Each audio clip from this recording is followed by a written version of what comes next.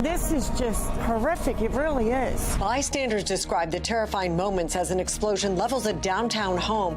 And we have an update on the condition of the 3 people injured. I think the voters were very clear that they support term limits. They're not pleased in general with their elected leaders. Harsh words from the governor after the city council's pension vote. The main issues he says they should be focused on instead. The Baltimore police shortage could affect a half-century of holiday tradition. The last-minute scramble to keep the mayor's Christmas parade on track.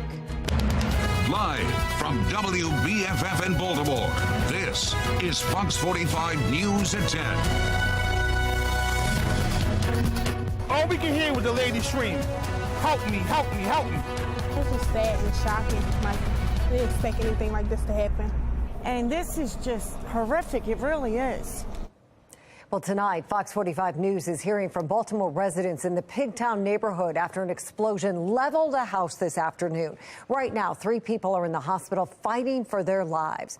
Good evening, everyone. I'm Mary Bubala. And I'm Kai Jackson. Fire investigators say one of the victims is a man who tried to help before first responders arrived. Keith Daniels is live in the Pigtown neighborhood hearing from the residents tonight. Keith?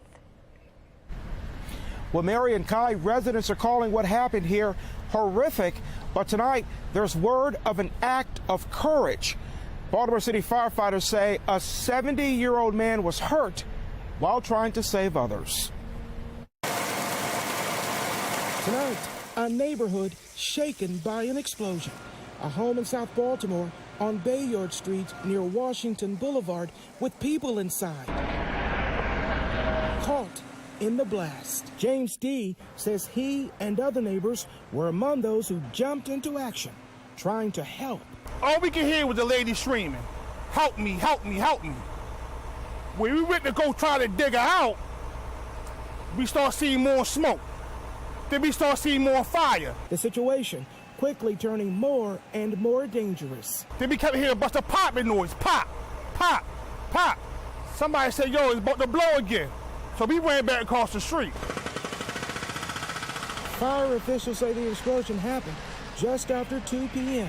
with 3 people hurt, a 16-year-old girl and 48-year-old woman from inside the home, and a 70-year-old man. The male victim was actually on the outside of the house trying to assist to get the 2 females out of the house once the explosion took place, and was seriously injured. The man injured, they say, when the home collapsed. I would say he's a hero, because he didn't have to go in and save nobody, but he chose to step in and save somebody, help somebody. You don't find too many people like that in the world today. The cause of the blast is under investigation. Baltimore gas and electric crews are on the scene assisting firefighters. BGE says in October, crews had completed upgrades to the gas main that services the area. Meanwhile, a neighborhood stunned by what happened. And this is just horrific. It really is. It's sad. It's so sad. Well, we are back here live. We're told building inspectors remain on the scene to evaluate the stability of 4 adjacent homes. Not known yet if those residents will be allowed back into their homes tonight. We're live in Southwest Baltimore. Keith Daniels, Fox 45 News. Keith, thank you. You may recall 2 years ago, a deadly explosion happened in northwest Baltimore. 2 people were killed in that, 7 others hurt. The blast happened a day after a contractor worked on an HVAC system in one of the homes. Investigators later determined the explosion was caused by a large natural gas buildup that was ignited when somebody turned on their stove. And Baltimore County residents might remember this one from almost 5 years ago. It was early December of 2017 when a home exploded, damaging several others, including homes 2 blocks away. Thankfully, no one was inside at the time, so there were no injuries, but several families had to spend Christmas and New Year's in hotels or with relatives. Turning to a city in crisis right now, Fox 45 continues to seek answers. That's right, demanding accountability from our elected leaders. Tonight, Baltimore has reached the 300 mark for homicides. It is now the 8th year in a row that the city's crime crisis has crossed this milestone. Council members advanced a controversial bill to the mayor's desk. Supporters want to reduce the amount of time required to receive a lifetime pension. Tonight, Fox 45 News has reaction from Governor Larry Hogan. I would say some people would probably argue that they deserve, pink slips instead of pay raises. We have team coverage of a city in crisis. Let's go to Mackenzie Frost and reaction from Governor Hogan today on the Baltimore City Council changing rules for pensions.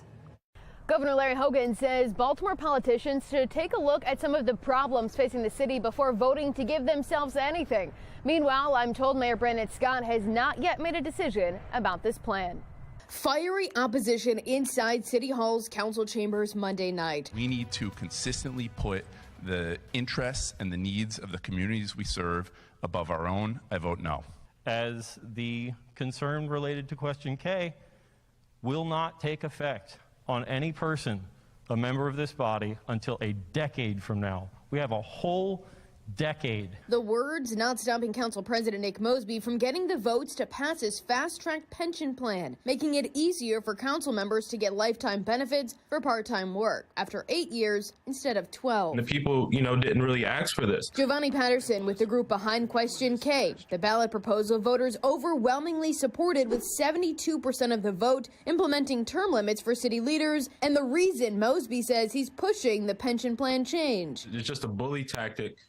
Being played on the people of Baltimore. In Annapolis, Good morning, everybody. Governor Larry Hogan says city leaders should look at the bloodshed happening on Baltimore streets every day, especially as the move for lifetime money comes as the city was approaching the 300th homicide for the 8th straight year. Do you think that's fiscally responsible? Does it send the wrong message to the city themselves? They fast-track this plan. They take their time when it comes to other legislation dealing with violent crime, but this seemed to have no problem getting through.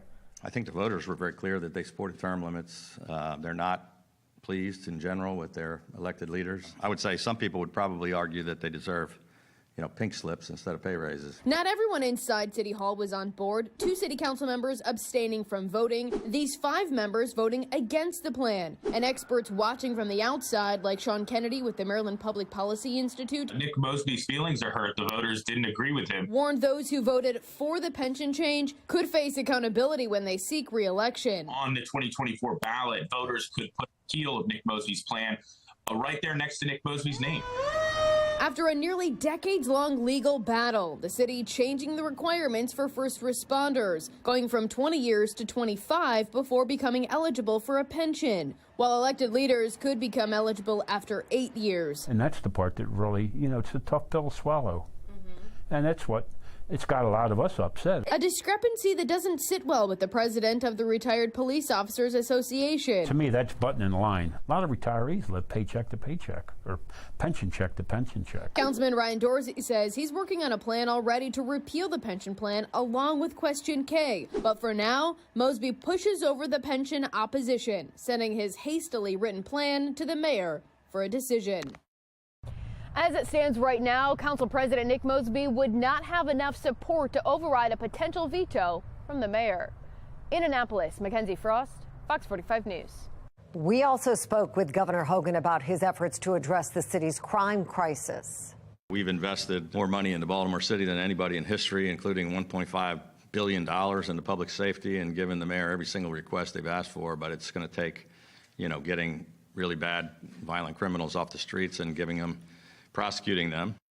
Mackenzie Frost will have more at 10:30 on Governor Hogan's hope for Baltimore as a new governor comes to power.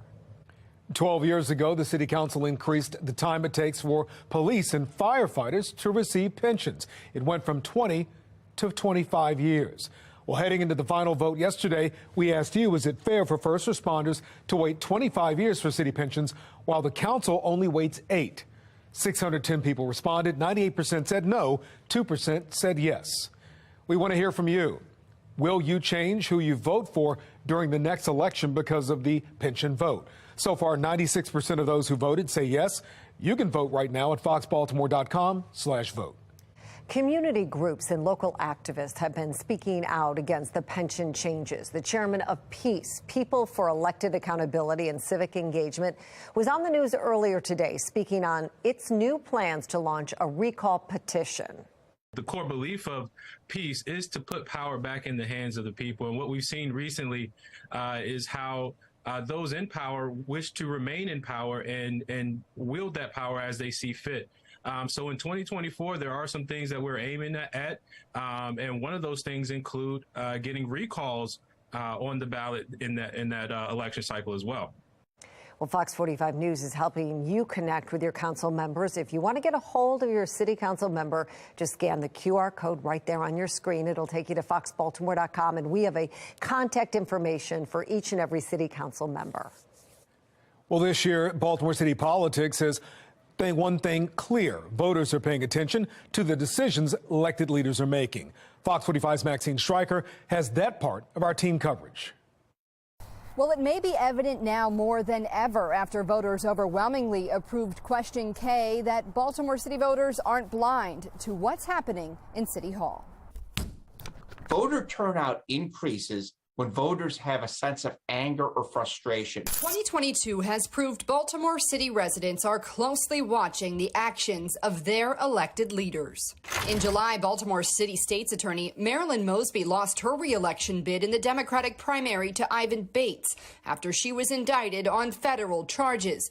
Voters ultimately rejecting the two-term incumbent and her progressive policies. I really think this year voters got more focused in on politics, and mainly it was unfortunately because it was the behavior of elected leaders. Political analyst John Deedy says city voters made it clear they care who is representing them, and they proved so again, overwhelmingly passing Question K on Election Day, establishing future term limits for local elected officials.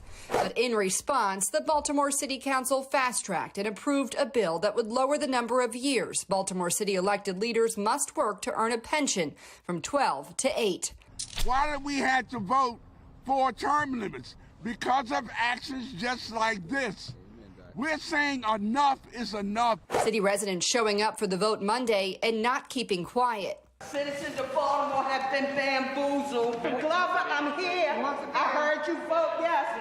Deedy says come the next election, this will likely be top of mind for many Baltimore City residents. If I was running again for city council or running for any other city position and voted for this, you better have a really good explanation to your constituents why you voted for this. And former mayoral candidate Bob Wallace says there's no explanation, and those 8 members who voted yes should be nervous.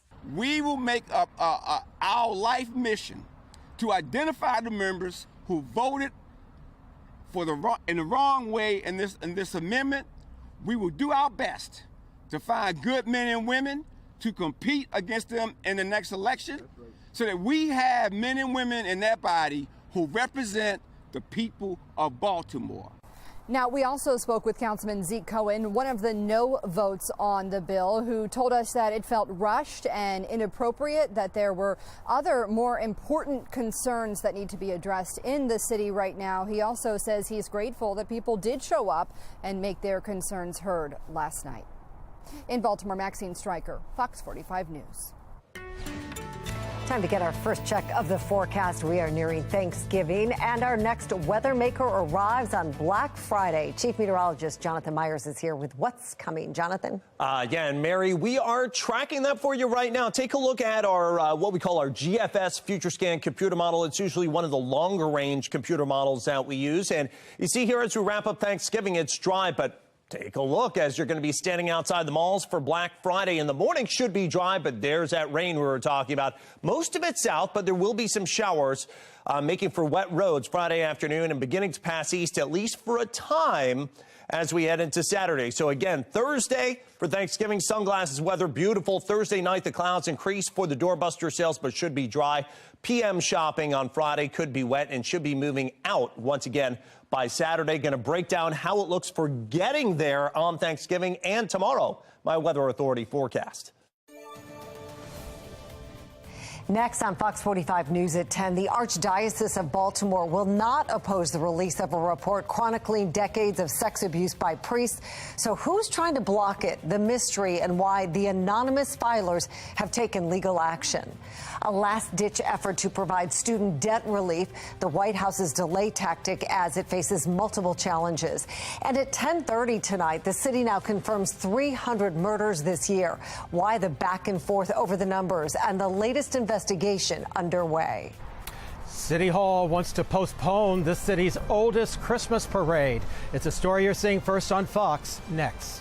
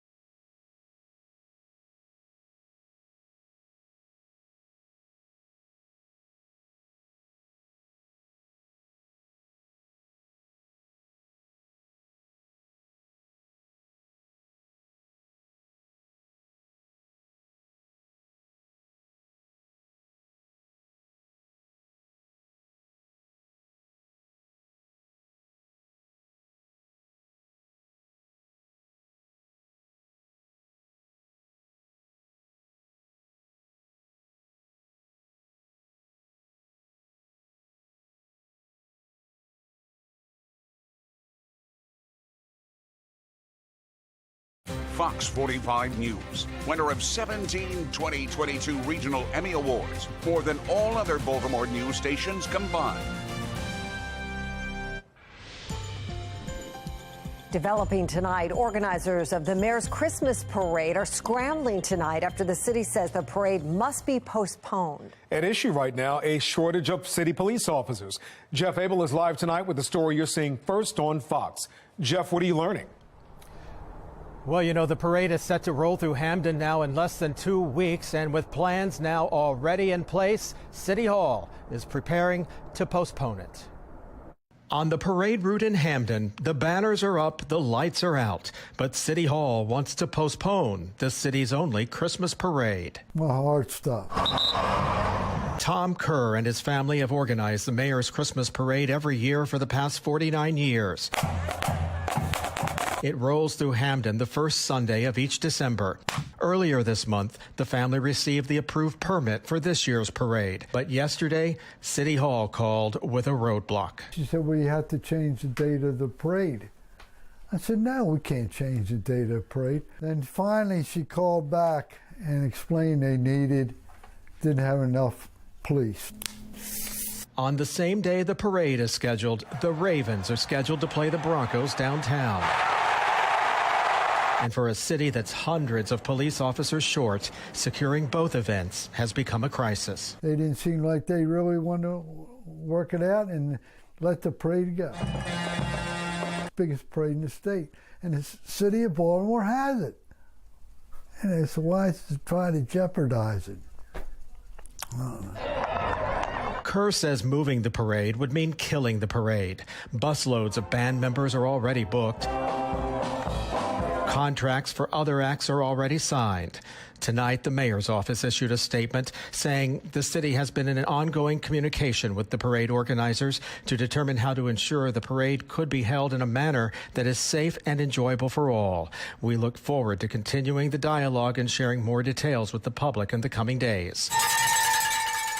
The Kerr family is hopeful the tradition will go on. This one guy said, I hope I can work it out. I hope. Well, so do I. Tonight, organizers are racing to find officers in other cities and other counties to help secure this parade. They are intent on seeing that this tradition goes on. We are live tonight. Jeff Abel, Fox 45 News. Jeff, thank you. The Archdiocese of Baltimore says it will not oppose the release of sealed documents into sexual abuse investigations of the church. That's in response to a years-long state investigation that's identified more than 600 victims and more than 150 priests credibly accused of abuse. This afternoon, Fox 45 News learned an anonymous group has filed a motion to keep the documents secret. Well, that move is opposed by the Maryland Attorney General's office. One of the lawyers pushing to seal the documents has represented the Archdiocese in the past. President Biden is planning to extend the pause on student loan repayments. It comes amid a legal battle over the administration's student debt forgiveness plan. The plan was scheduled to expire at the end of December. That date was set before Biden's debt cancellation plan was put on hold. The program aims to deliver up to $20,000 of debt relief for millions of borrowers. We're not going to back down, though, in our fight to give families breathing room. That's why the Department of Justice is asking the Supreme Court of the United States to rule on the case. But it isn't fair to ask tens of millions of borrowers eligible for relief to resume their student debt payments while the courts consider the lawsuit. Conservatives accused Biden of overstepping his authority, and a federal judge in Texas agreed, halting the program. Still ahead, so-called forever chemicals in Maryland's drinking water. It's one of the worst cases in the country. Coming up, we take you inside the Johns Hopkins University's lab, tracking the contaminants and working to keep you safe. Nursing shortages may only get worse. I'm Angela Brown in Washington, D.C. What nurses are saying about quitting and what organizations are doing to keep them.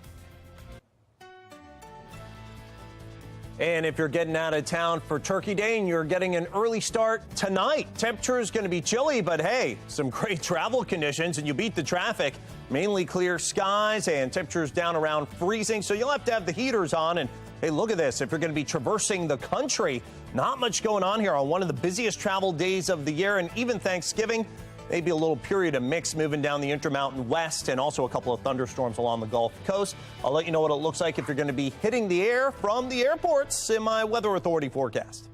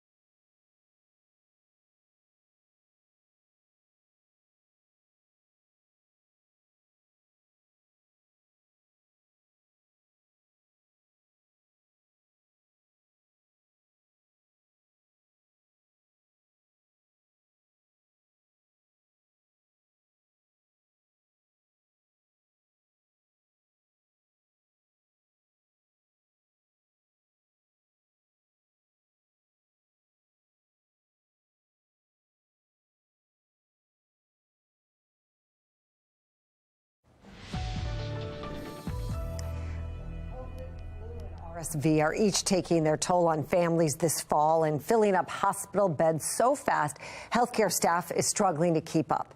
That's in part to a nationwide nursing shortage. National correspondent Angela Brown with the dramatic steps being taken to keep nurses in the profession. A recent poll by Connect RN found that 50% of nurses have considered leaving the profession. We are digging into what organizations and states are doing to stop the bleeding. A nursing Hail Mary in Oregon coming in the form of new legislation. Our members are burned out. Could a new bill fix that? The Oregon Nurses Association thinks so, or at least make a dent. They're proposing a bill to require Oregon hospitals to have a minimum number of nurses for the number of patients and make it enforceable with fines. Our team in Portland interviewing Paige Spence from ONA. By establishing these standards into law, we're closing the loopholes that some hospitals are currently exploiting to have fewer nurses at the bedside. From state legislation to cash bonuses, the pressure on overdrive to keep and hire nurses. In Texas, sign-on bonuses nearly doubling. California, the average salary 20% higher than the national average, not to mention a global bidding war for nurses. Paul Siegert, PCS Advisors, is tracking it all. People leave, retire early, vaccine mandates, people leave the business. So it accelerated the whole process. Overall, the healthcare industry is having its own emergency. Healthcare Brew reporting this month more than 4 million workers left the healthcare industry in the first 8 months of this year, 20% of the entire workforce. Shortages that may trigger more quits. But if you show up and you're supposed to be in a facility that has 10 positions filled and there are only 6 there, you're doing the work of those other 4 positions. This year, nurses hitting back, protesting in major cities like L.A., saying they're stretched thin. Sometimes we have to work 12 and a half hours straight with no breaks. That same Connect RN One poll found that the #1 reason nurses want to quit? Staffing shortages. In Washington, D.C., I'm Angela Brown. Baltimore reaches 300 murders for the year, a tragic milestone the city has seen for the past 8 years. After the break, why Governor Hogan says change could be on the way. Maryland has some of the highest levels of forever chemicals in its water. How Johns Hopkins researchers are working to change that.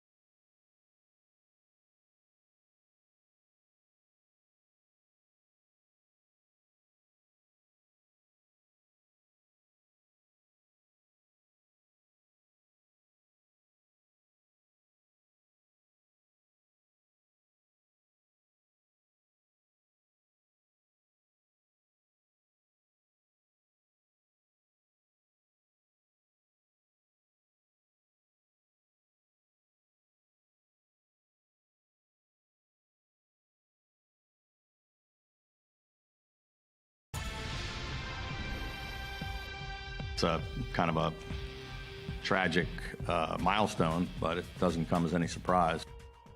Governor Larry Hogan speaking to Fox 45 News today as Baltimore officially recognizes 300 homicides this year. It is a tragic milestone the city has seen for the last 8 years in a row. We have team coverage. Mackenzie Frost will have her discussion with Governor Hogan on the city's crime fight. But first, Alexa Ashwell with how Baltimore ended up here. The Baltimore Police Department has reclassified 2 of this year's killings, essentially adjusting the homicide total. Still, the city has reached the grim milestone of 300 homicides so far this year, and behind each number, a name. The city's 300th homicide of 2022, a man who police say just died of his injuries after being shot back in April. And while this represents a grim milestone for Baltimore, behind each number is a name. I kind of almost feel numb. Steve Brandon initially thought his friend Willie Vincent was the city's 300th homicide victim. It just said that I got a friend for as a milestone. Until the Baltimore Police Department just announced it was reclassifying 2 cases. The shooting death of Tyree Moorhead at the hands of police. The department labeling this as victim other until the investigation is complete. And then one of the victims killed in a double homicide back in February. Police determining this was justified and removing his name from the list. Former prosecutor Dhruv Vignarajah weighing in on the department reclassifying the cases and the timing of it. Homicide detectives work hand in hand with homicide prosecutors to investigate a case, to bring an indictment before a grand jury. So it's not uncommon for them in the course of an investigation to come to the conclusion that it was self-defense or that it was a justified shooting by a person in law enforcement. What is remarkable in Baltimore City is that we are so not transparent about the process. As the city struggles to find the formula to reduce the bloodshed, people like Brandon, My father was killed out here, seemingly living a repeated nightmare, and then my brother was murdered in 2008. but hopeful for change. We need more cases to be closed. We need more serious and clear sentences for violent criminals. And as we've heard from some others, Vignarajah believes there is new hope in reducing the violence here in the city with incoming City State's Attorney Ivan Bates. Reporting outside police headquarters, Alexa Ashwell, Fox 45 News. In the last 8 years, Governor Larry Hogan has clashed with some Baltimore leaders on the issue of crime. The governor's plan targeted repeat violent offenders, but his bills never passed the legislature, which is controlled by Democrats. Governor Hogan is a Republican. As he prepares to leave office, Mackenzie Frost talks with Governor Hogan about the future of fighting crime in Baltimore. When it comes to crime, Governor Larry Hogan says he has talked with Wes Moore about some of the things he would like to see accomplished here in Annapolis. Specifically, one piece of legislation centering around repeat violent offenders. Governor Larry Hogan tells me that not getting that legislation through is one of the most frustrating parts of his entire 8 years in office. Baltimore's violence echoes in Annapolis, especially during the General Assembly session when lawmakers gather for 90 days to craft policy. Well, good morning, everybody. Governor Larry Hogan has been pushing for the Violent Firearm Offender Act, aiming to implement tougher sentences for criminals who continue using guns in their crimes and impose mandatory minimum penalties for those repeat offenders. But the plan getting stonewalled in the State House year after year. We've gone over 300 murders. Many years in a row, and it still, frustrates me that many of the things that we could do to stop this still haven't been implemented, and tougher sentences for these repeat violent offenders and the people that are committing the murder, so we can get them off the streets. Even though Hogan says Baltimore City has been supported at the state level for crime curbing efforts, we've invested more money into Baltimore City than anybody in history, including $1.5 billion into public safety, and given the mayor every single request they've asked for, but it's going to take getting really bad, violent criminals off the streets and prosecuting them. City leadership, including Mayor Brandon Scott, often not backing Hogan's repeat offender plan. It stalled the last couple of years. We have a new administration coming in. Have you talked with Wes Moore about that?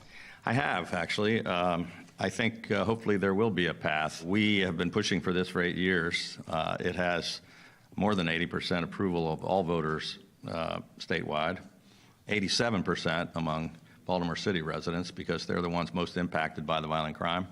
And I shared all that with Wes Moore. Moore telling Fox 45 News he's open to the governor's plans. It is something we are going to look at, because we've got to prioritize not just getting these firearms and illegal guns off of our streets.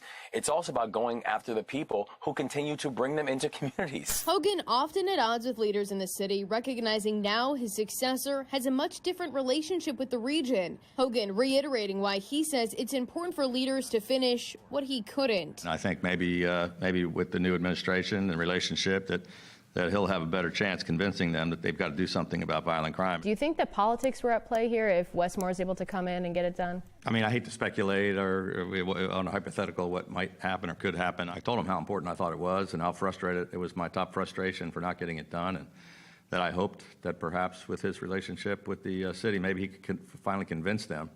So, I'd be happy if it got done. I wish it would have happened 8 years ago. While it's unclear what will happen with this bill or any other anti-crime legislation, the people who call Charm City home live with the reality of a crime crisis, one that's been holding a grip on Baltimore for nearly a decade. The legislative session is scheduled to begin January 11th, and the very next week, Wes Moore will be sworn in. In Annapolis, Mackenzie Frost, Fox 45 News. Here are some live pictures right now of the U.S. Capitol. After a 3-year legal fight, Congress will finally get a look at former President Trump's tax suits. The Supreme Court cleared the way for Trump's tax records to be turned over to the Democratic-controlled House Ways and Means Committee. But the court rejected Trump's attempt to stop the handover from the Treasury Department. Lower courts agreed that the committee has broad authority to obtain tax returns. We have a goal of ensuring clean water on demand everywhere for communities across the nation. Well, research underway right now at the Johns Hopkins Applied Physics Lab has a local and nationwide impact on clean drinking water. It was earlier this month when we first reported on a study that revealed Maryland's waterways have the highest level of forever chemicals in the nation. Fox 45's Amy Simpson was inside the lab today with local researchers seeing how they're responding to the problem. Just last year, the EPA identified forever chemicals as an urgent issue to address, and a team of researchers here in the Baltimore region already working to tackle the problem. At Johns Hopkins Applied Physics Lab in Howard County, researchers are working to make your drinking water cleaner and safer. I should put on gloves. Specifically targeting ways to eliminate PFAS, also known as forever chemicals, which studies show to be harmful to people and animals. That's, not something that you're going to be able to see in your water or know that it's there. Forever chemicals have been manufactured into everyday items for decades. You can find PFAS molecules in stain-resistant carpet, food packaging, and they are a large component in advanced firefighting foams. But these contaminants have no natural way to break down and make their way into our soil and water. So unless we do something, they will stick around. A team of researchers at Johns Hopkins APL are developing ways to either filter out or destroy these forever chemicals. The EPA recommends for PFOA and PFOS, which are two of the most common PFAS compounds, that they should be below a level of 70 parts per trillion in drinking water. That's about 3.5 drops of water in an Olympic-sized swimming pool. So far, the team at APL creating this filter, hoping in the future it could be paired with common commercial filters to bring cleaner water to your home. Either in, something like a pitcher filter or an under sink filter. Or on a larger scale, integrated into community water treatment plants. The goal is for these filters to be less expensive, last longer, and filter out even the tiniest of contaminants. Those tiny molecules sometimes missed, researchers say, by filters already on the market. It gets me really excited to come into the lab. As for destroying these chemicals so they don't last forever, APL working to make that process eco-friendly and efficient. Mostly we just want to keep our water clean and people safe. As researchers continue trying to make these water filters more accessible and environmentally friendly, it's something that could have an impact on clean drinking water around the globe. Amy Simpson, Fox 45 News. Well, for the first time, rich countries have agreed to pay poorer ones for climate damage, and American leaders have agreed to help pick up the tab. Well, the White House is being criticized for a tentative deal to create what some are calling climate reparations. Sinclair's chief political correspondent Scott Thuman shows us the controversy. Calamitous storms, droughts, deadly heat waves worldwide costing lives and irreparable damage. President Biden has long pledged to go more green. We're racing forward to do our part to avert the climate hell. Now Biden willing to pay up. We established the first ever dedicated fund for loss and damage. The U.S. and other wealthier nations agreeing at the UN's climate conference to a controversial loss and damage fund to compensate poorer countries hit hardest and blaming global warming due to pollution. According to the New York Times, America has pumped more greenhouse gases into the atmosphere than any nation in history. But the U.S. and the European Union are pushing for assurances that China will eventually contribute to any fund and that China will not be eligible to receive money from it. China will get off scot-free because they hold on to their nonsensical category as a so-called undeveloped or middle-income nation. And one of the most egregious polluters. Though unclear exactly how the fund would work, instant fiery complaints from conservatives calling it a shakedown with U.S. taxpayers on the hook. The New York Post arguing Americans have suffered enough with skyrocketing energy prices and Biden's, quote, green agenda idiocy, limiting fossil fuel production. Vice President Harris said the U.S. can and should set the tone. The passage of the Inflation Reduction Act, for example, where we have committed $370 billion to address this issue, I think that is a point of inspiration. But Congress would have to approve more spending, and with Republicans taking control of the House, it sets the stage for what could be another funding fight here on the Hill.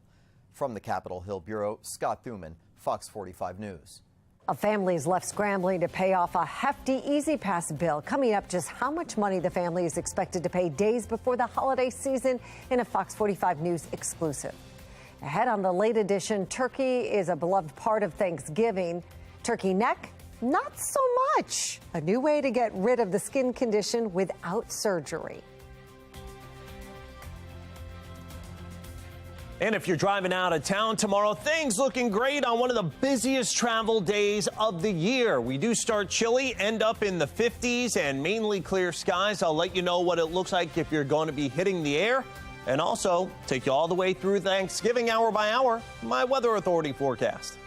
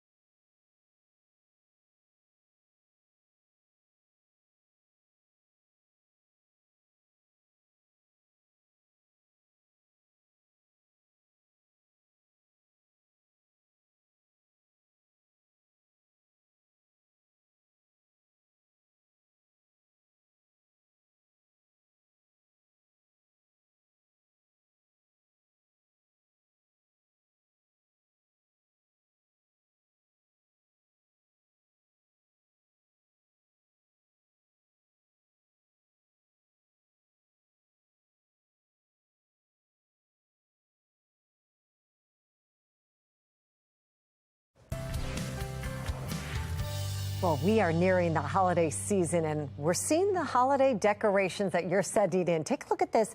It's a cat in a Christmas tree. Joanne from Dundalk sent us this adorable picture through Chime In. Joanne says she thought she saw her Christmas tree actually move around the branches. That's when she noticed their cat Storm spending some time in the tree. That's a beautiful picture. It looks like an ornament. Fox 45 News wants to share your holiday pictures with us. Share them with us. Just go to our website, foxbaltimore.com/chime-in. Jonathan, we first have to talk about Thanksgiving, and lots of folks headed out to travel. Yes, and maybe cats and the carriers as well on some of those planes. Yes, that's true. that are flying across the country. Our cat Luna did that when she was small, too, a few years ago. Let's go ahead and take a look. Airport delays right now. Actually, great time to get out. Baltimore, Charlotte, Atlanta, all on time. Orlando, that's one of the spots on the map I could find some delays. Otherwise, Chicago, Los Angeles, Denver, pretty much everywhere else, there's not a whole lot going on in the hubs. So good time to get out and about. And if you're going to hit the roads, too, it's nice. Well, it's cold, 35, but it's clear. Winds are calm, our humidity 58%, and actually the entire holiday is looking good. That Toyota Asian Harbor Skycam, that's not going to change, except, of course, the sun will come up and then set again tomorrow. But the sky conditions will not change as we head through the next 24 to 36 hours. Temperatures in some of the outlying areas in the low and mid-30s, like BWI at 35, 33 at Columbia. Westminster, you're at 45, but everybody else generally is in the 30s and the low and mid 40s this hour. We'll continue to fall, kind of split in half here with temperatures about 0 to 5 degrees warmer. North of the city and south of the city, we're a little colder than we were just 24 hours ago. Everybody's going to settle to areas, or to numbers, I should say, a slight bit warmer than we were at the 25 that we had last night. I think we're in the low 30s by early tomorrow morning, but up and down the 95 corridor, a lot of 30s to right around 40 degrees. So heater's going to be on for any travels tomorrow morning. There's some snow that's up north of New York State, and then there's some rain that's down south of the Gulf Coast, and a system that's moving into the Pacific Northwest with rain and snow that's actually going to combine with some of that moisture along the Gulf Coast and get that kind of forced in our direction as we head through the second half of the holiday weekend. We'll get into that in a second here, but for now, the warmer temperatures stay on into tomorrow, probably more mid to upper 50s like the 59 we had today. The clear skies, very nice weather, staved away all that rain by fair weather high pressure. That will stay with us again into tomorrow. Temperatures settling down into the 30s to near 40 overnight, and by tomorrow afternoon, we're working back into the 50s once again. So it's a pretty nice day for us here. So let's go ahead and get into that forecast all the way through Thanksgiving. 31 degrees, clear skies for tonight. Tomorrow, we're at 57. Continued nice and sunny. And it looks like we start off in the 30s for Turkey Day, but we end in the 50s by the time you're sitting down to an early dinner or a late lunch. I think you're going to be able to do some walking or jogging as well to get some of those calories burned off on Thursday. And then we're at 53, a spot shower or two Friday with the next weather maker. Could see another shower late with kind of part two of that weather maker coming through, and then some rain Saturday night into Sunday morning. Sunday afternoon, better for travel. And it stays mild all the way into early next week. How am I going to pay that in a month? Nobody can pay that in a month. And right before Christmas. Well, first on Fox, a Baltimore County family says there's nothing easy about the nearly $3,000 Easy Pass bill they recently received. They claim the bill came late due to COVID delays, and now they're scrambling to pay it off before the holidays. And as Fox 45's Rebecca Pryor reports, if they don't act fast, they will owe thousands more. It's heavy. You know a bill is big when it's shipped in a box, not an envelope. I'm like, did you order anything from Amazon or Walmart or anything? And she goes, no. And I'm like, well, what is this? Baltimore County resident Robert Loudermilk says he knew he'd been taking the toll roads periodically without an Easy Pass. Maybe in a month about 10 times. About 10 times, maybe a little more. But he never expected this sky-high stack of fines. I opened this up and I was shocked. The box contains 477 notices, totaling nearly $2,800. And if it's not paid in 30 days, Loudermilk will owe more than $14,000. There's no way I went through the tolls that many times. I feel like some of these are duplicates. Not only is he contesting some of these charges, he says the Maryland Transportation Authority refuses to grant him a payment plan, and the COVID grace period for unpaid tolls ends this month. They won't give me any options. Loudermilk claims he'd regularly check his account balance online and doesn't think it's fair he wasn't notified about these climbing charges months ago. I actually was able to speak to somebody to get help to pay, to pay this. And she told me that as of right now, you're at zero. You don't owe anything else. So if I was good to go in April, how come in October I owe this much? When Fox 45 reached out to the Maryland Department of Transportation, they told us they couldn't comment on specific customer accounts due to privacy reasons. However, they did say they are, quote, working with this customer. They also say they're in the process of being able to offer payment plans, something Loudermilk hopes happens sooner rather than later. If I don't get this handled by November 30th, things are going to get terrible for us. Rebecca Pryor, possibly homelessness. Fox 45 News. MDTA also asks that all customers with outstanding debt reach out to them for assistance. You can find their contact information in this story on foxbaltimore.com.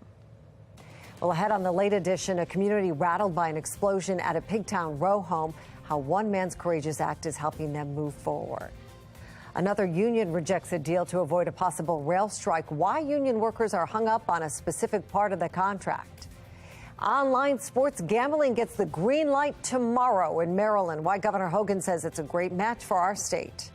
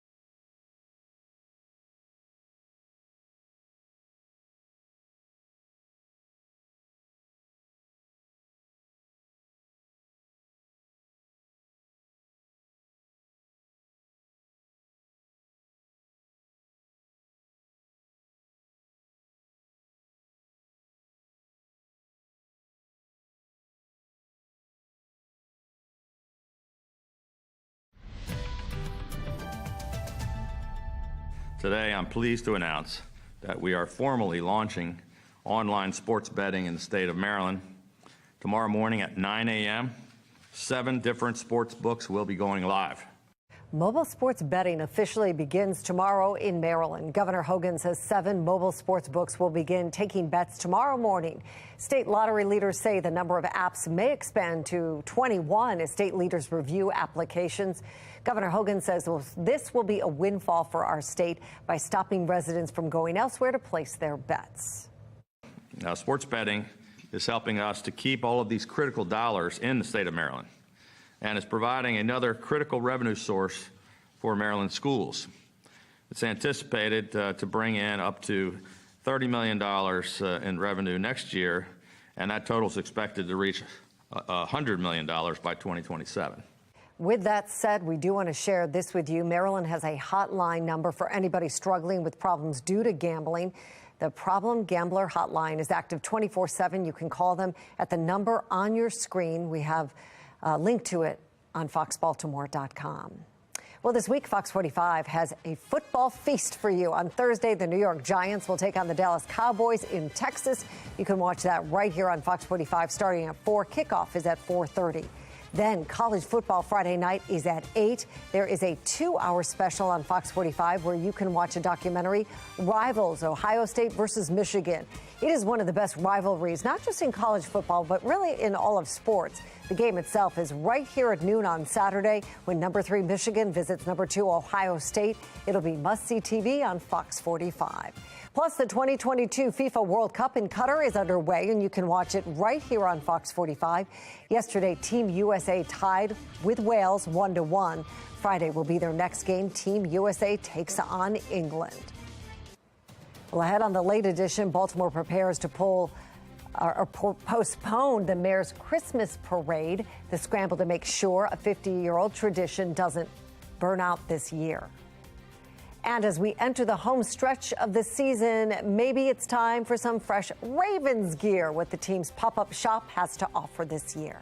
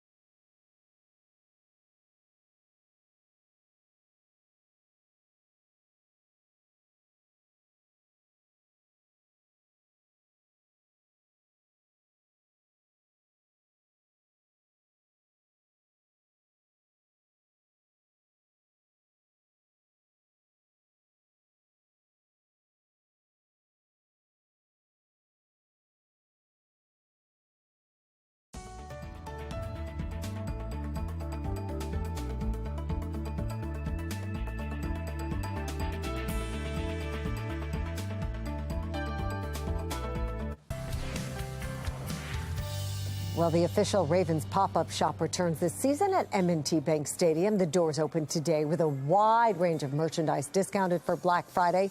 Deals include hats, ornaments, even jerseys.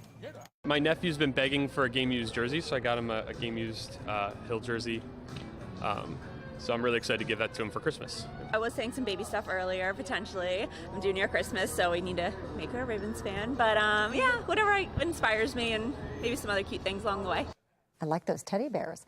Well, the store is open through Saturday from 11 to 7. It's closed on Thanksgiving Day. 3 people are fighting for their lives after a devastating home explosion in Pigtown. How one victim's courageous act may have saved 2 lives. And 8 straight years of 300 people killed in Baltimore. Why city and state leaders are still hopeful change is coming. It's the biggest parade in the state. And the city of Baltimore has it. And it's why to try to jeopardize it. In a story you'll see first on Fox, Baltimore police shortage could lead to another popular event going away. The fight to preserve the Christmas parade. Live from WBFF in Baltimore, this is Fox 45 News Late Edition. It's just sad and shocking. Like, I didn't expect anything like this to happen. And this is just horrific. It really is. A Pigtown row home in pieces tonight after a massive explosion rattles that neighborhood, sending 3 people to the hospital with critical injuries. Good evening, I'm Kai Jackson. 2 victims were inside that house when it collapsed. The residents say a courageous act by a third person before first responders arrived may have helped save lives. Keith Daniels has the story. Well, residents are calling what happened here horrific, but tonight there's also word of an act of courage. Baltimore City firefighters say a 70-year-old man was hurt while trying to save others. Tonight, a neighborhood shaken by an explosion. A home in South Baltimore on Bayard Street near Washington Boulevard with people inside. Caught in the blast. James D. says he and other neighbors were among those who jumped into action, trying to help. All we could hear was the lady screaming, "Help me, help me, help me." When we went to go try to dig her out, we start seeing more smoke. Then we start seeing more fire. The situation quickly turning more and more dangerous. Then we kept hearing a bunch of popping noise. Pop, pop, pop. Somebody said, yo, it's about to blow again. So we ran back across the street. Fire officials say the explosion happened just after 2 p.m. with 3 people hurt, a 16-year-old girl and 48-year-old woman from inside the home, and a 70-year-old man. The male victim was actually on the outside of the house trying to assist to get the 2 females out of the house once the explosion took place and was seriously injured. The man injured, they say, when the home collapsed. I would say he's a hero because he didn't have to go in and save nobody, but he chose to step in and save somebody, help somebody. You don't find too many people like that in the world today. The cause of the blast is under investigation. Baltimore gas and electric crews are on the scene assisting firefighters. BGE says in October, crews had completed upgrades to the gas main that services the area. Meanwhile, a neighborhood stunned by what happened. And this is just horrific. It really is. It's sad. It's so sad. Well, we're told building inspectors remain on the scene to evaluate the stability of 4 adjacent homes. Not known yet if those residents will be allowed back inside their homes. Reporting tonight from Southwest Baltimore, Keith Daniels, Fox 45 News. You may recall 2 years ago, a deadly explosion happened in northwest Baltimore. 2 people were killed, 7 others hurt. Investigators determined that explosion was caused by a natural gas buildup that was ignited when someone turned on their stove. And Baltimore County residents will remember this explosion from 5 years ago. It was December of 2017 when a home exploded, damaging several others, including homes 2 blocks away. No one was hurt, but several families had to spend the holidays with relatives. Well, the Archdiocese of Baltimore says it won't oppose the release of sealed documents regarding a report on decades of child sex abuse within the church. This afternoon, Fox 45 News learned, though, an anonymous group has filed a motion to keep the documents secret. That move is opposed by the Maryland Attorney General's office. The investigation has identified more than 600 victims and more than 150 priests credibly accused of abuse. One of the lawyers pushing to seal the documents has represented the Archdiocese in the past. Baltimore officially reaches 300 homicides for the 8th year in a row, confirming the death of a man shot back in April. Steve Brandon initially thought his friend Willie Vincent was the city's 300th homicide victim until the police department just announced it was reclassifying 2 cases. Still, Brandon deals with shock, and former prosecutor Thurur Vignarajah questions the timing of those decisions. I kind of almost feel numb. It just said that I got a friend for as a milestone. Homicide detectives work hand in hand with homicide prosecutors to investigate a case, to bring an indictment before a grand jury. So it's not uncommon for them in the course of an investigation to come to the conclusion that it was self-defense or that it was a justified shooting by a person in law enforcement. What is remarkable in Baltimore City is that we are so not transparent about the process. Well, the police department says reclassification is a routine process in collaboration with city prosecutors. Baltimore police need your help to locate a missing 13-year-old Kayla Davis. She was last seen Friday along Overview Road in northwest Baltimore. Kayla is believed to be wearing khaki pants, a black and orange jacket, and black and white sneakers. Anyone with information regarding her location is asked to call Baltimore's Missing Persons Unit at the number on your screen, or you can call 911. Well, it seems the mayor's Christmas parade is in jeopardy after city leaders say a depleted police department can't properly staff the event. In a story you're seeing first on Fox, Jeff Abel takes us through the efforts to make sure the show goes on. Well, the parade is now set to race through Hamden in less than 2 weeks, and with plans already in place, City Hall is now preparing to postpone it. On the parade route in Hamden, the banners are up, the lights are out, but City Hall wants to postpone the city's only Christmas parade. My heart stopped. Tom Kerr and his family have organized the mayor's Christmas parade every year for the past 49 years. It rolls through Hamden the first Sunday of each December. Earlier this month, the family received the approved permit for this year's parade. But yesterday, City Hall called with a roadblock. She said, well, you have to change the date of the parade. I said, no, we can't change the date of the parade. Then finally she called back and explained they didn't have enough police. On the same day the parade is scheduled, the Ravens are scheduled to play the Broncos downtown. And for a city that's hundreds of police officers short, securing both events has become a crisis. They didn't seem like they really wanted to work it out and let the parade go. Biggest parade in the state. And the city of Baltimore has it. And it's why to try to jeopardize it. I don't know. Kerr says moving the parade would mean killing the parade. Busloads of band members are already booked. Contracts for other acts are already signed.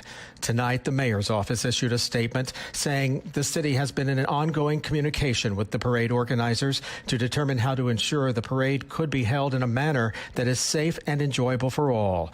We look forward to continuing the dialogue and sharing more details with the public in the coming days. The Kerr family is hopeful the tradition will go on. This one guy said, I hope I can work it out. I hope. Well, so do I. Organizers of the parade are now turning to cities and other counties for officers willing to help secure this parade. They're intending on this parade going forward. Jeff Abel, Fox 45 News. Governor Hogan speaks out against Baltimore City Council's approval of a new pension plan, the controversy surrounding the vote. And if you're hitting the friendly skies this evening to get away for the big holiday travel, looks like we've got on-time travel all the way from Houston to Denver, Salt Lake City, Los Angeles, San Francisco, and Seattle. Here in Baltimore, we're on time. The one spot that I could find, or at least one of the very few that had delays, Orlando right now. Chicago, LA, and Denver looking good too. I'm going to let you know how it looks on the roads and all the way through the entire holiday weekend in a couple of minutes.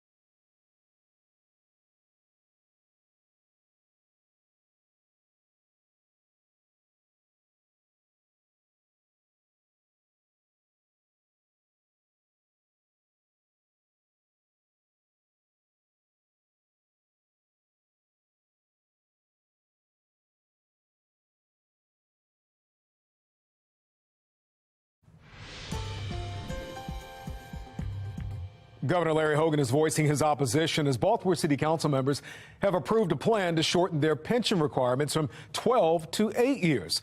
Now, the governor's comments are echoed by others who are watching closely of what's happening in City Hall. When Mackenzie Frost asked the governor, this is what he had to say.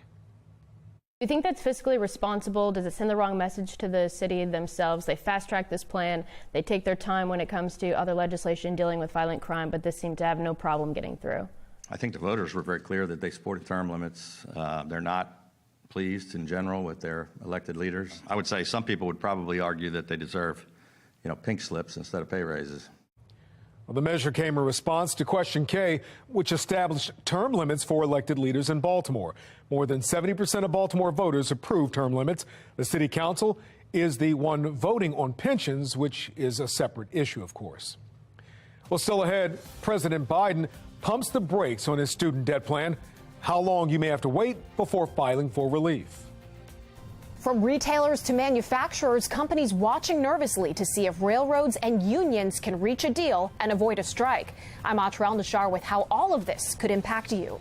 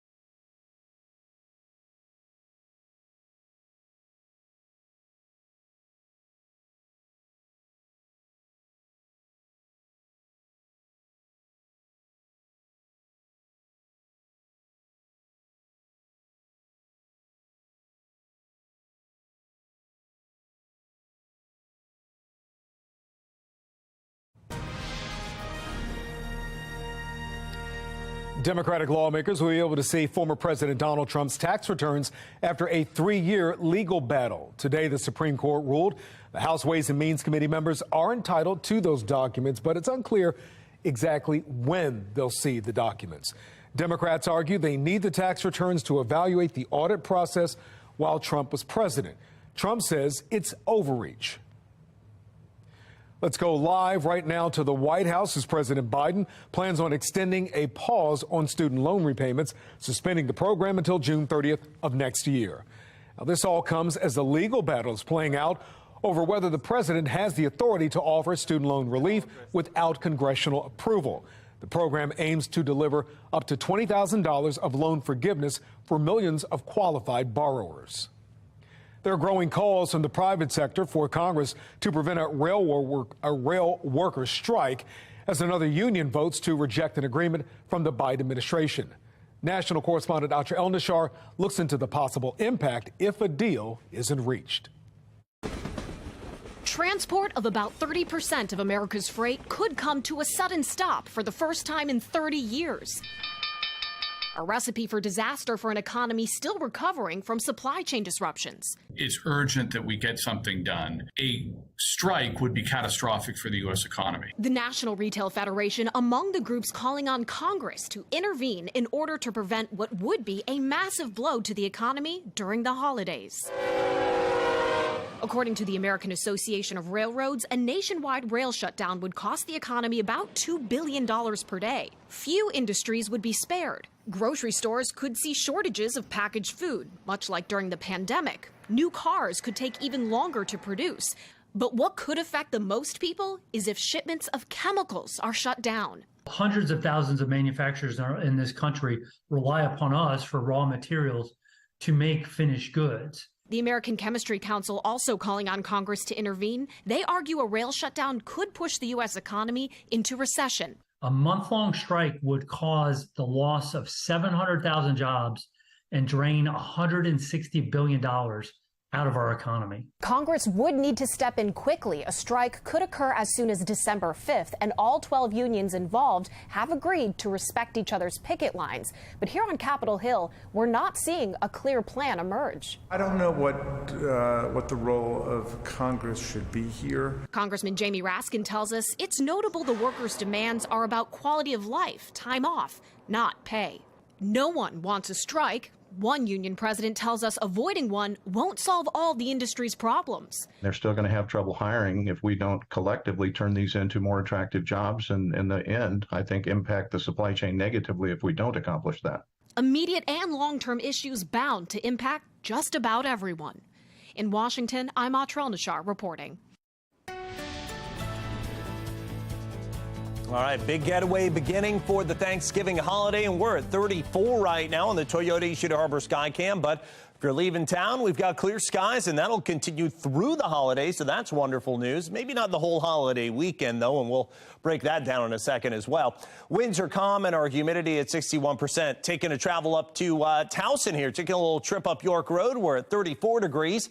With winds calm as well, and looks great with the city lights, and the road's actually pretty quiet, so it might be a good time to head out if you have that extra time and that extra day off tomorrow. Temperature at 34 degrees here in Baltimore now, 32 at Columbia, 35 at Gaithersburg, some 30s up Bel Air and Elkton Way as well. Some 40s still hanging on at Westminster, Annapolis, and Stevensville, but I think everybody settles down to about freezing tonight. Temperatures pretty much we'll say what we call homogeneous, pretty much the same as you go all across the Northeast and the Mid-Atlantic as warmer air starts to flood in. On the north side of some of that warmer air, there's some snow that's up into Canada and northern New York and also just north of most of Michigan.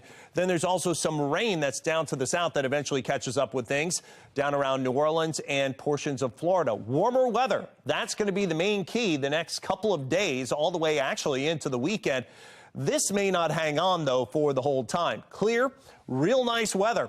Fair weather, high pressure, double-barreled. One center of fair weather or high pressure off the coast, and another one that's right here, not too far from Memphis, Tennessee, and that's keeping any rain or anything else pretty far away from us, at least for now. That will eventually break down, and then things are going to start getting a little messier, I think, working into Friday, and especially maybe Saturday night into Sunday.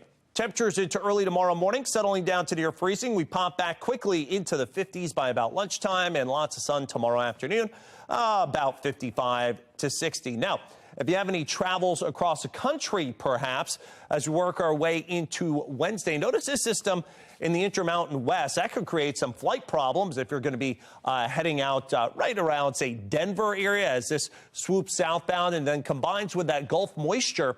So eventually towards Thursday, you see it forcing north and east. I think it gets here Friday with at least a risk of a shower on Friday, or a few showers during Friday afternoon. But I think doorbuster sales in the morning should be okay. And then we could get another wave of some rain, which could be heavier again later Saturday into Sunday. 31 tonight, clear skies and cold. 57 continued sunny tomorrow for getaways. Great for holiday travel. Very busy travel days here for Wednesday into early Thursday. We're at 57 on Thursday. If you want to walk off some of those calories during the afternoon after you eat all that turkey, we should be just fine for that. Getting outside, maybe throwing the football around, and then a spot shower or two here, especially Friday afternoon. Could get a little moist with a high of 53. Could see another shower late, maybe a lull Saturday morning. Saturday late, a shower comes in, some steadier rain, I think, Saturday night into Sunday morning. Sunday afternoon, drier, so that should be good for getting home. And then some mild 50s. Those stay into early next week. All right, Jonathan, thank you. Coming up, last-minute Thanksgiving shopping. That price tag might be hard to digest. Still ahead, which item is seeing the highest price spike?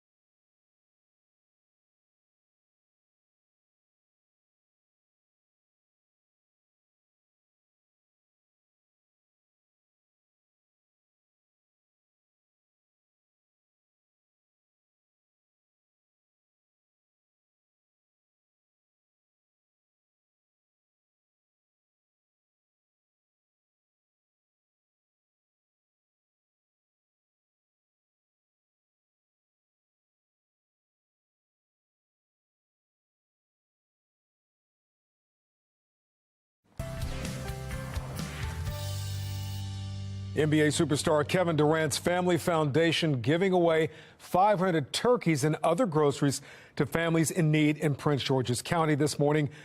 Kevin Durant, of course, a native of Prince George's County. The turkeys were distributed on a first-come, first-served basis. The foundation says the giveaways is part of a long-running goal to give back to families in the area where Kevin grew up. If your turkey shopping isn't quite done, you'll probably pay a lot more for those last-minute ingredients at the store. Doug Elmbridge from our Sinclair sister station in Rochester, New York, shows us the price increase. It's more than a wobbly wheel on a grocery cart that's causing frustration for shoppers this holiday season. Oh, everything's so much more expensive. So much more expensive than in past years. A survey by the Farm Bureau says a Thanksgiving dinner for 10 will cost 20% more compared to last year. That's just over $10. Items like your turkey, dinner rolls, and pie crust all increasing in cost by more than 20%. And a 14-ounce bag of stuffing jumping a whopping 69%, which means shoppers could be spending $1.59 more a bag than last year. We scaled back. Basically, what we're doing is the essentials and nothing more. Jackie Shields says she'll be feeding 10 to 20 people on Thanksgiving. And even though it'll cost more this year, she's not straying away from her Thanksgiving favorites. I'm not really scaling back. I'm doing pretty much what I normally do. Everybody brings something, so by the time we get all our food together, it's always a big feast, and we'll keep the tradition going. Sheena Waiter says she's not necessarily scaling back, but shopping smarter by buying her produce from local farmers. As for everything else, I'm just trying to put the blinders on and just get what we need and go from there. But everything's so much more.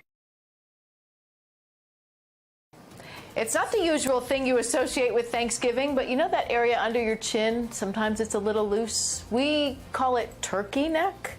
I'm Liz Bonus. We'll tell you how you can get rid of it without surgery. It is just ahead.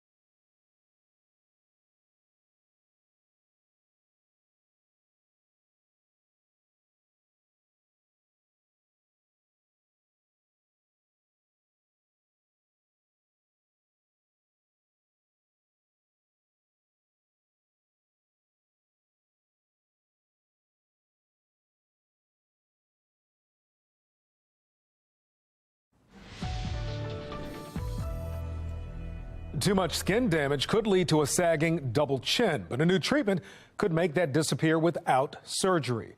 Medical reporter Liz Bonus explains.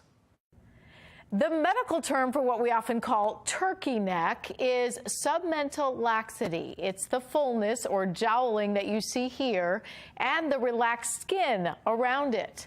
Now, because it's two concerns, combining two treatments can help it disappear. The first dissolves what Kim Roberts says she notices under her chin. The goal is to tighten the neck up so it's not, you know, the little wrinkles aren't there. She says the skin, well, it's a lot like a turkey's from years of sun damage. Back in the day, we did the baby oil and the tanning beds, and you never think it's going to catch up with you.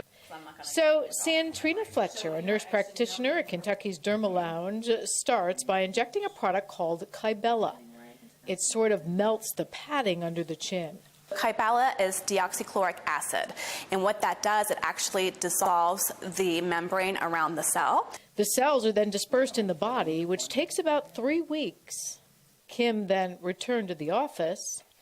So right now I'm just determining where I need to put these little vectors or angles where I'm going to pull up. For the second treatment, a process called threading. PDO thread lift. Polydioxanone is a surgical suture that dissolves. As you can see, almost instantly it lifts the jowls so the skin can't turkey sag or move. Results of these procedures ideally will take about a couple of months, but within the same day of that second procedure, you can usually see some pretty dramatic results. Take a look at this. Here's Kim's before and after the same day. A little bruising, but that was about it. Total cost of all this, about $5,000. And Trina says it lasts usually at least 2 years. I'm medical reporter Liz Bonus. Now back to you. The 2022 FIFA World Cup continues tomorrow with a pair of games on Fox 45. First, Spain plays Costa Rica at 11 a.m. Then Canada looks for its first ever World Cup win against Belgium. Kickoff is at 2 p.m. Well, the Army-Navy game isn't for another 2 weeks, but Navy might have already won the uniform battle. That's right. Check out these NASA-inspired threads. All the white uniforms include NASA logos and on the helmet and sleeves. The helmet also features Navy graduate Bruce McCandless, who made the first ever untethered spacewalk. To round it off, the team will wear all white cleats to mimic moon shoes worn by astronauts on the Apollo missions. That is pretty cool. Well, that's all for us in the late edition. Thank you for watching. I'm Kai Jackson. Have a great night. We'll see you tomorrow.